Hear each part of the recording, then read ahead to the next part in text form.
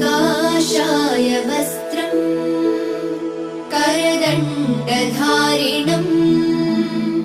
कमण्डलं पद्मकरेण शङ्खं चक्रं गदाभूषित भूषणाढ्यं श्रीपादराजं